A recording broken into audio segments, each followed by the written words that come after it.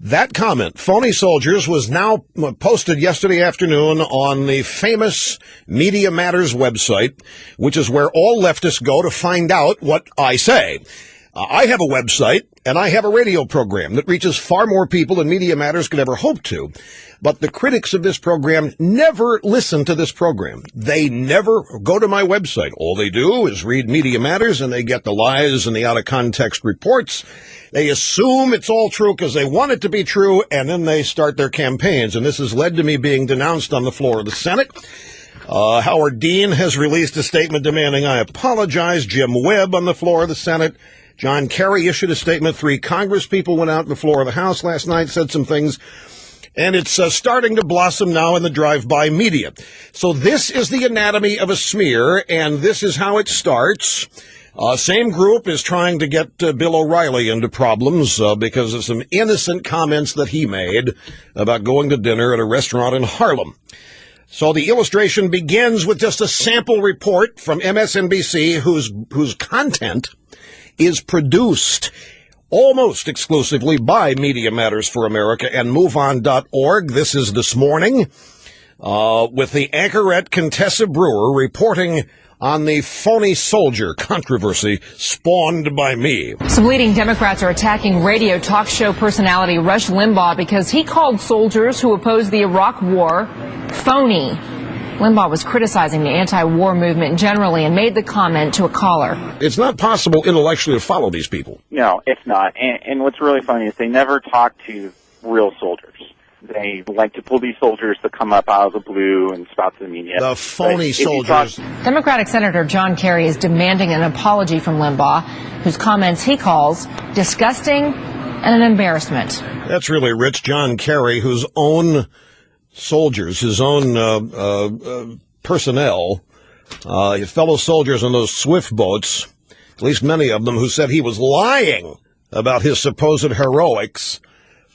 This is the same John Kerry who went out and insulted the intelligence of the troops, thereby torpedoing his own 2008 presidential candidacy. Now his statement includes these words: "This disgusting attack from Rush Limbaugh, cheerleader for the chicken hawk wing of the far right, is an insult to American troops."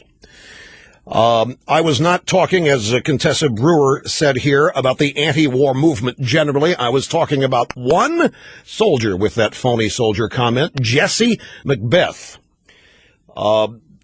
They had exactly what I'm going to play for you. This is Michael J. Fox all over again. Media Matters had the transcript, but they selectively choose what they want to make their point. Here is, it runs about 3 minutes and 13 seconds, the entire transcript in context that led to this so-called controversy. It's not possible intellectually to follow these people. No, it's not. And what's really funny is they never talk to real soldiers. They like to pull these soldiers to come up out of the blue and spout to the media. The phony soldiers. The phony soldiers.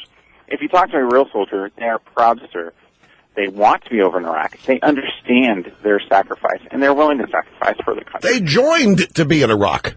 A lot of them. Well, I mean, it's frustrating and maddening, and it's why they must be kept in the minority. I want to thank you, Mike, for calling. I appreciate it very much. Here is a morning update that we did recently talking about fake soldiers. This is a story of who the left props up as heroes. Then they have their celebrities. One of them was Army Ranger Jesse Macbeth. Now, he was a corporal. I say in quotes. 23 years old. What made Jesse Macbeth a hero to the anti-war crowd wasn't his Purple Heart. It wasn't his being affiliated with post-traumatic stress disorder from tours in Afghanistan and Iraq. No. What made Jesse Macbeth, Army Ranger, a hero to the left was his courage, in their view, off the battlefield. Without regard to consequences, he told the world the abuses he had witnessed in Iraq. American soldiers killing unarmed civilians, hundreds of men, women, even children. In one gruesome account, translated into Arabic and spread widely across the internet, Army Ranger Jesse Macbeth describes the horrors this way: "We would burn their bodies. We would hang their bodies from the rafters in the mosque." Now, recently, Jesse Macbeth, the poster boy for the anti-war left, had his day in court. You know what?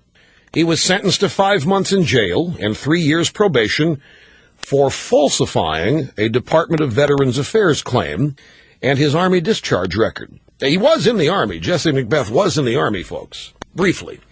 44 days before he washed out of boot camp.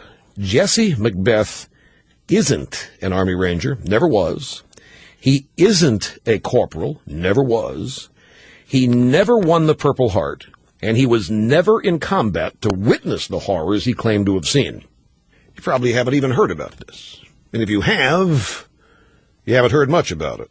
This doesn't fit the narrative and the template of the drive-by media and the Democrat Party as to who a genuine war hero is. And don't look for any retractions, by the way, not from the anti-war left, the anti-military drive-by media, or the Arabic websites that spread Jesse McBeth's lies about our troops, because the truth for the left is fiction is what serves their purpose. They have to lie about such atrocities because they can't find any that fit the template of the way they see the U.S. military.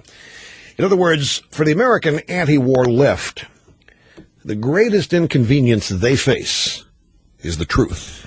That was the transcript from yesterday's program talking about one phony soldier. The truth for the left is fiction that serves their purpose, which is exactly the way the website Media Matters generated this story. Fiction, out of context, did so knowingly. What is amazing is that after all of the examples of how this organization is simply a Democrat Party Hillary Clinton front group, how they constantly do this, how they take things out of context and embarrass themselves and get things wrong, they still have credible so-called journalists and others, members of Congress, Democrat Party, who treat what they say as gospel. Not one member of the media, not one congressman, nobody has called our office to ask, did you really say this? And what did you mean by it?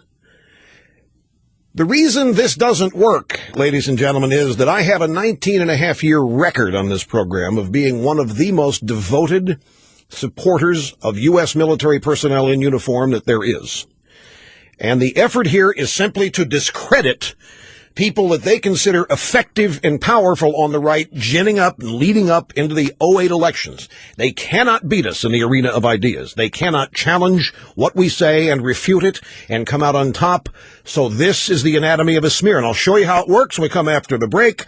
We have a bunch of sound bites here from Jim Webb, Jan Schakowsky, Frank Pallone, Democrats and senators, plus the Kerry statement that I read to you. All that coming up right after this. Don't go away, folks. Your phone call's up soon as well. Rush Limbaugh, bringing America the truth on the EIB network.